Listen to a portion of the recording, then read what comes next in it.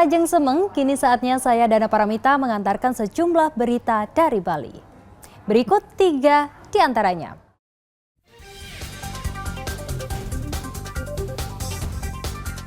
Lahan kebun di dekat permukiman di Desa Sukadana, Kecamatan Kubu Karangasem, hangus terbakar.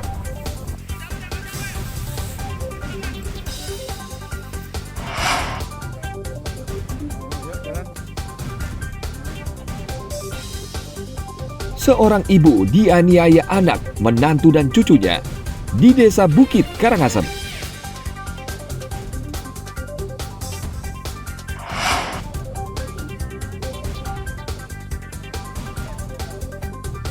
Seorang pria warga asing berlari di jalan hanya dengan menggunakan handuk mandi di Jimbaran.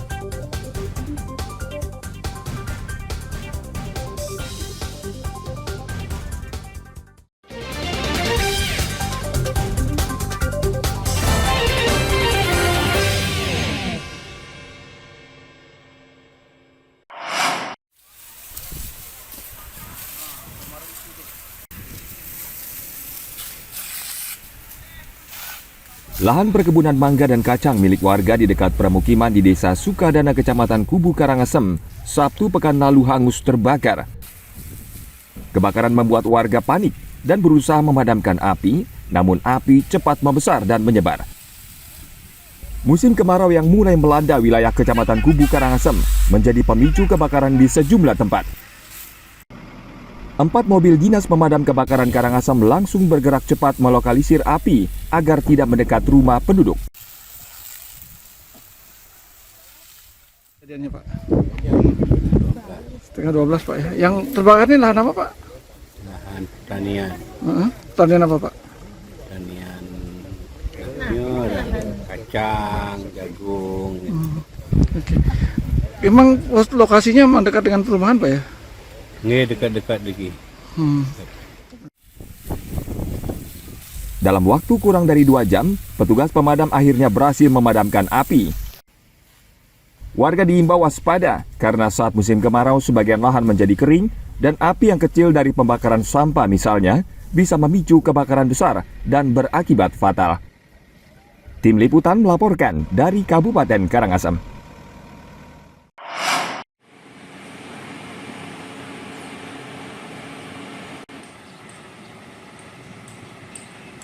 Pasar umum negara hampir rampung, dan dalam waktu dekat pedagang dan warga sudah bisa berbelanja untuk kebutuhan sehari-hari.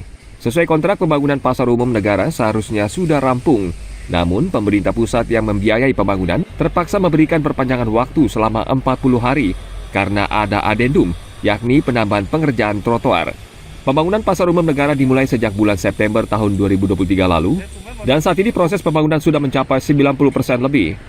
Seharusnya pasar umum negara sudah selesai pada 17 Juli mendatang, namun molor hingga 30 Agustus 2024. Kita prediksi semestinya di bulan Juli ini selesai.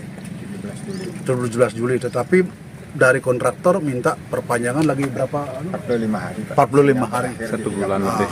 30 Agustus. Ya. Dan 30 Agustus mungkin 1 bulan kita akan relokasi kembali dari pedagang-pedagang yang terrelokasi kemarin itu kembali ke pasar. Ya, mudah-mudahan di bulan Oktober, September itu Bapak Presiden bisa meresmikan gitu ya. Dan ini membanggakan buat Jemberana karena ini merupakan ikon misalkan Jemberana gitu ya. Dia akan menjadi satu ekosistem pariwisata Jemberana. Jadi kita ada penambahan pekerjaan di mana pekerjaan itu pekerjaan trotoar di area luar yang awalnya belum masuk di kontrak awal kita.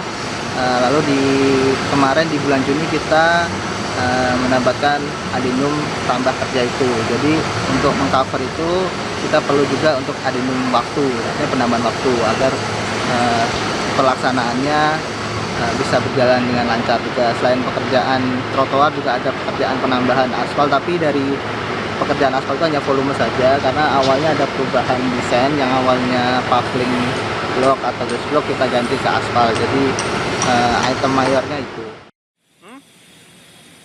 Pembangunan pasar umum negara diserahkan kepada PT Adikarya Persada dengan anggaran sebesar 145 miliar rupiah.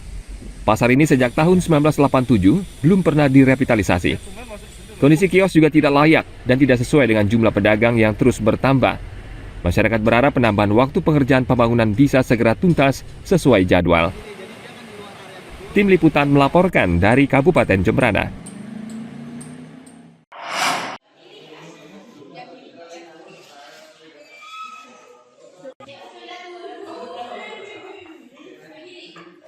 Saat ini KPU Kabupaten Badung tengah melakukan verifikasi faktual dengan melakukan pencocokan dan penelitian atau coklit.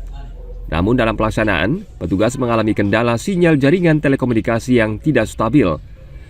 Menurut Niputu Ruliana Kusumawardani, Ketua Divisi Perencanaan Data dan Informasi KPU Kabupaten Badung, daerah yang terkendala sinyal, yakni mulai dari daerah utara Badung, Petang, dan Pecatu di selatan Badung, dan daerah Kutu.